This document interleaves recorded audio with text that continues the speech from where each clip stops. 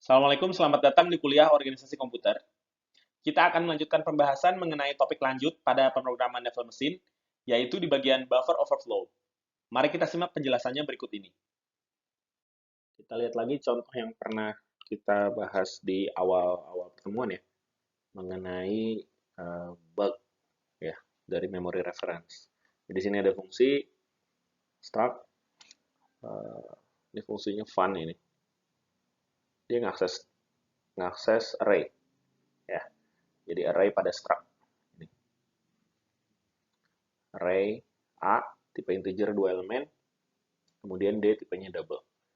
Tapi di sini itu si elemennya itu diassign nilai yang sangat besar sekali ya, sehingga kemungkinan dia keluar ya, kan overflow. Jadi kalau misalkan dimasukin nilainya i-nya, ini input dari fungsi ini, i-nya itu 0 ya, 0 masih 3,14 ya, seperti yang D-nya. Tapi kalau misalkan nanti tambah besar i-nya, itu mulai ada keanehan. Nih, ya. Somehow ketika 4 dia balik lagi, tapi ketika bertambah lagi akhirnya segmentation fault. Hal ini karena tadi overflow ya. Jadi overflow di memori. Kalau kita lihat akses lokasi memori yang diakses oleh fungsi fun ini kira-kira seperti ini. Ya, struct-nya ada di sini. Nah, dia itu si elemen yang di-assign karena tadi terlalu besar, dia jadi mengambil jatah gitu, mengambil jatah alamat yang lain ya. Nah, itu uh, kita kenal juga dengan istilah buffer overflow. Buffer overflow ini menjadi salah satu kelemahan ya, kelemahan dari program, terutama di bahasa C ini, kalau misalkan tidak ada langkah-langkah antisipasi gitu. Dan dia bisa juga menjadi security loophole, jadi bisa jadi celah keamanan yang digunakan untuk exploit ya, untuk mengambil keuntungan oleh pihak yang tidak bertanggung jawab. Jadi kita lihat sedikit penjelasannya. Jadi permasalahannya itu adalah ada beberapa fungsi yang legacy, yang bawaan dari zaman dulu dibikin, itu tidak memperhitungkan bahwa uh, memori yang digunakan akan sebesar yang kita pakai sekarang. Ya, input dan memorinya itu zaman dulu masih kecil sekali, tahun 70-an, sehingga belum ada antisipasi ke arah sini gitu. Nah, ini salah satu contoh fungsi yang vulnerable, fungsi yang rawan, yaitu fungsi getS. Ini fungsi getS ini kalau misalkan dibikin analog fungsinya kira-kira seperti ini ya. Jadi dia ngambil karakter dan kemudian melanjutkan baca karakter berikutnya. Jadi dia ngambil karakter dari input gitu, terminal misalnya. Gitu. Tapi dia melanjutkan baca karakter berikutnya tanpa ada batasan berapa, pokoknya dilanjutin aja terus. Nah, ini bahaya sebenarnya. Ada beberapa fungsi lain yang karakter seperti ini ya, fungsi-fungsi yang lawas yang udah lama. strcopy ya, strcopy, strcat itu juga scanf, fscanf kalau misalkan dikasih persen s ya, persen specification. Nah, ini kita lihat yang getS dulu. Di sini misalkan kita buat ilustrasi ya, fungsi echo. Ini fungsi echo ini isinya adalah ada array, alokasi memori, tipenya char sebanyak 4 elemen. Ya, berarti dia bisa menyimpan 4 karakter ya. Karakter, kemudian getS ini untuk ngambil input dari terminal atau yang ngambil input, putS ini untuk menampilkan inputnya. Kemudian fungsi echo ini dipanggil oleh fungsi call echo. Ya. Nah, kalau misalkan kita coba cek gitu ya tampilannya. Kalau kita masukkan, ini kan harusnya cuma bisa 4 karakter. Kita masukin 23 karakter ya, ternyata masih jalan fungsinya. Terus ketika ditambahin lagi jadi 24 karakter di segmentation fault. Nah, mari kita lihat.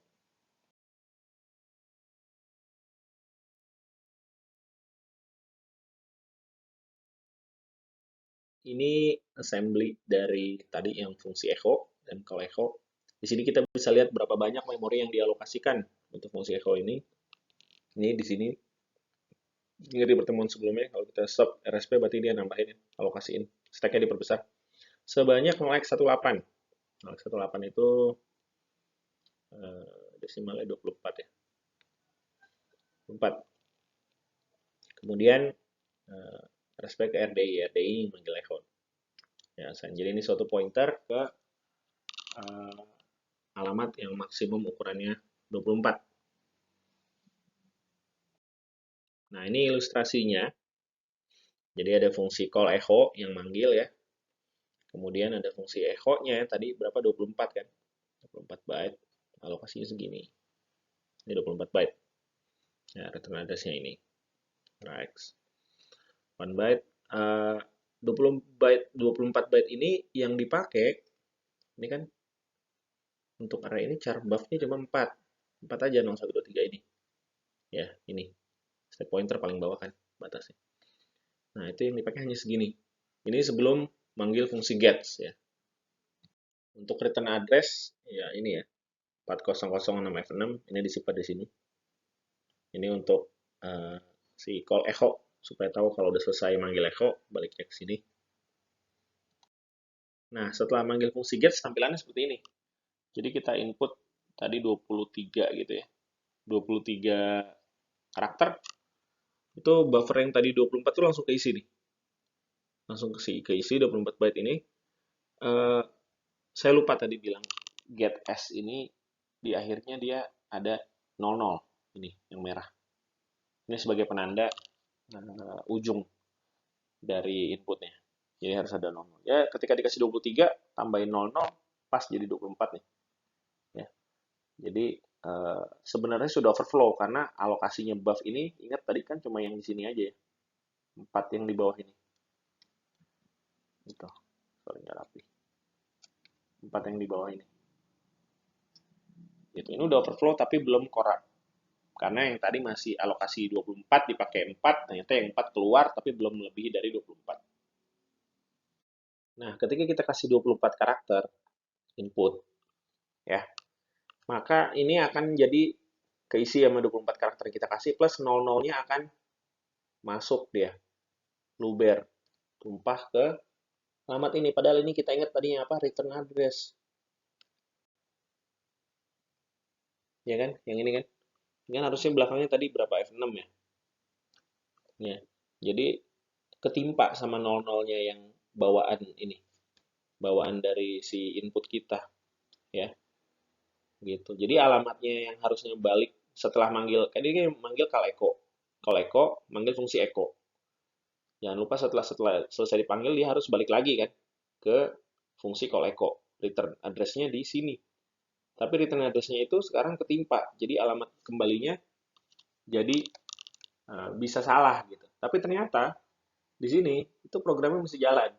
Ya, somehow programnya mesti jalan, mesti selamat. Walaupun return address-nya udah salah ya, return pointernya. Ternyata tadi ini kan harus F6 ya, ketimpa sama karakter terakhirnya dari input kita 00 bawaan. Sehingga alamat baliknya harusnya ini 004006 F6 harusnya di slide sebelumnya kan. Ketika ketimpa baliknya jadi 00400600. Nah, dia baliknya ke sini. Ini nggak tahu fungsi apaan, fungsi lain pokoknya. Ya, deretan instruksi yang lain gitu. Ya kan? Di assembly-nya. Jadi balik ke sini. Kemudian ya dia yang jalanin ini gitu. Untungnya ini ternyata nggak mengubah hasil keluaran dari fungsi echo. Ya, ketemu return balik lagi akhirnya. Untungnya begitu. Tapi bayangkan kalau misalkan fungsi ini juga melakukan sesuatu yang terkait dengan fungsi echo. Kan hasilnya bisa kacau. Gitu. Misalkan harusnya ada perkalian sekali dikerjain 2 kali sama dia. Gitu kan? Atau yang ditambahin 1, di sini ditambahin 1 lagi. Nah, itu kan jadi bahaya. Ya, itu kalau dimasukin apa namanya buffer overflow, efeknya bisa seperti itu. Jadi dia yang tadinya di sini 4 ini luber ke atas, ke atas, ke atas, ke atas, ke atas, luber sampai mengacaukan return address, ini bahaya. Jadi kita lihat di contoh sebelumnya kalau dimasukin lagi ke depan lagi ya, berarti yang ini juga ikut korup nih. Ini jadi 00 dan itu udah bahkan nggak ada kode lain, maksudnya nggak ada eh, fungsi lain atau program lain, jadinya segmentation fault. Ya kan kita lihat di contoh sebelumnya. Nah gitu. Jadi ini berbahaya dan ini tidak ada warning. Jadi ya si bahasa sih menjalankan aja seperti normal gitu, tiba-tiba error aja. Gitu. Sehingga harus berhati-hati. Bahayanya lagi kelemahan ini nih bisa dimanfaatkan orang-orang tidak bertanggung jawab ya sebagai celah keamanan gitu ya. Jadi dibikin sengaja buffer overflow gitu. Buffer overflow nanti kan overflow tapi overflow-nya nggak sembarangan kayak tadi tapi memang dibikin overflow ke suatu kode ya, kode jahat gitu ya. Kode exploit yang udah disiapkan gitu. Sehingga nanti overflow masuk ke situ sehingga otomatis si program akan masuk mengakses kode yang sudah disiapkan. Ya, kodenya itu bisa buat macam-macam gitu, bisa buat misalkan ngambil password atau misalkan mengcopy data pribadi ke mana kayak gitu-gitu. Kita kan nggak tahu. Ya, jadi istilahnya diinjek, ada injection attack gitu ya oleh cracker gitu ya. Ini juga prinsip dasar yang dipakai oleh virus ya atau worm dan sebagainya ya celah keamanan yang dimanfaatkan oleh program tidak bertanggung jawab gitu. Sehingga memang harus diperhatikan aspek ini. Sedikit review, worm itu program yang bisa jalan dengan dirinya sendiri ya. Kemudian dia bisa mengcopy gitu. Mengcopy dirinya sendiri ke komputer lain. Kalau virus itu dia nempel ke suatu program. Dia nggak jalan sendiri. Ya itu sedikit review aja sih bedanya worm dengan virus. Ya, dan dua-duanya itu menjadi ancaman yang berbahaya. Makanya kita harus antisipasi. Nah, apa yang bisa kita lakukan nih untuk menghadapi buffer overflow attack ini terutama ya? Jadi paling tidak ada tiga. Yang pertama adalah tentu saja ya hindari ya berhati-hati dalam melakukan programming, dalam develop program berhati-hati, hindari celah-celah yang tadi ya. Terus yang kedua, kita bisa melakukan perlindungan di level sistem ya. Dan yang ketiga, kita bisa menggunakan yang dinamakan stack canary gitu. Ya, semacam pagar pengaman gitu. Kita akan lihat. Nah, langkah pertama ya. Jadi langkah pertama tentu saja adalah ya hindari ya.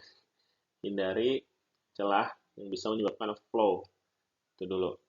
Jadi jangan gunakan fungsi-fungsi seperti yang tadi ya, get s ini. Ya, tapi pakailah fgetS misalkan. fgetS. Kenapa pakai fgetS misalkan? Karena fgetS ini harus dispesifikin. Kalau kita input dia harus dispesifikan masukin berapa. Kayak gitu. Jadi lebih aman dibandingkan kalau misalkan getS tadi dia masukin aja nggak ngeliat berapa alokasinya. Ya, jangan gunakan string copy, strn copy misalkan. Gitu. Terus jangan gunakan scanf dengan %s. Ya, tapi pakai misalkan fgetS. Nah, hal-hal seperti ini. Yang kedua di level sistem, kita bisa melakukan randomisasi uh, offset dari stack. Jadi kan kita punya ilustrasi stack ini ya. Nah, itu kan ada alokasinya ya. Nah, alokasinya ini sebenarnya bisa kita random. Gitu. Kita bisa melakukan random, jadi kita ya spesifikin aja alokasi random di stack gitu. Sehingga ini besarnya ini berubah-ubah. Yang ini besarnya berubah-ubah. Sehingga kalau misalkan dia mau pakai disisipin kode yang tadi code injection, ya dia nggak tahu kan dia harus ini berapa gitu. Karena ini offsetnya berubah-ubah. Jadi ini bisa segini ini bisa mulai dari sini, bisa mulai dari sini, bisa mulai dari sini. Setiap dipanggil beda-beda gitu. Ya, jadi setiap dipanggil program main ini posisinya nggak di sini terus karena ada alokasi ini yang random ini. Setiap dipanggil kita bikin offset baru gitu sehingga ini nanti pindah-pindah terus gitu sehingga susah untuk dikasih code injection. Cara yang lain di level sistem yaitu kita memasukkan segmen kode yang tidak bisa dieksekut ya. Jadi yang read only misalkan gitu ya. Read only. Ini kalau di x86 dulu dia bisa read only atau readable. Tapi kalau misalkan di x8664 64 bit sekarang udah lebih aman sih. Dia harus ada execute, baru bisa di execute. Harus ada execute permission maksudnya. Harus explicit. Gitu. Kalau misalkan yang non-executable, ya nggak bisa di-execute. Ya, jadi lebih aman. Relatif lebih aman. Walaupun begitu, yang tadi itu tetap masih bisa sebenarnya diakalin. Nah, yang paling aman sebenarnya kalau bisa ditambahin stack canary. Stack canary ini adalah semacam pagar. Jadi di apa namanya di stack tadi gitu ya. Misalkan kita punya stack kayak begini, itu kita tambahin lagi tuh canary. Deretan. Sorry. Deretan gini misalkan. Ya, yang ini. Canary. Canary ini adalah eh, tambahan stack yang kita tambahin dengan special value. Jadi kalau misalkan buffer overflow yang tadi nih, di bawah sini ya, dia buffer overflow ke atas sini, ke atas sini, ke atas sini, kena kanarinya, ini kita tahu kalau misalkan, jadi ada warning ke kita, ini kena kanari nih, gitu. Ya, jadi bisa langsung antisipasi, bisa keluar, misalkan bikin error ya. Sebelum corrupt, kita bikin error aja dulu di sini. Gitu. Jadi programnya kita bisa tahu gitu. Ini yang relatif paling aman sih kalau misalkan diimplementasi. Gitu. Nama lainnya stack protector. Kalau sekarang udah default ada ya. Kalau dulu sebelumnya nggak default gitu. Nah ini contohnya. Masukin 0, 1, 2, 3, 4, 5, 6 masih keluar. Ketika dimasukin lebih dari ini contoh mirip kayak contoh yang tadi ya. 0, 1, 2, 3, 4, 5, 6, 7 keluar pesan error. Nih. Stack smashing detected. Jadi kita ada warning. Ini bakal lebih aman, insya Allah. Demikian penjelasan singkat mengenai buffer overflow. Semoga dapat membantu teman-teman dalam memahami. Terima kasih atas perhatiannya. Assalamualaikum warahmatullahi wabarakatuh.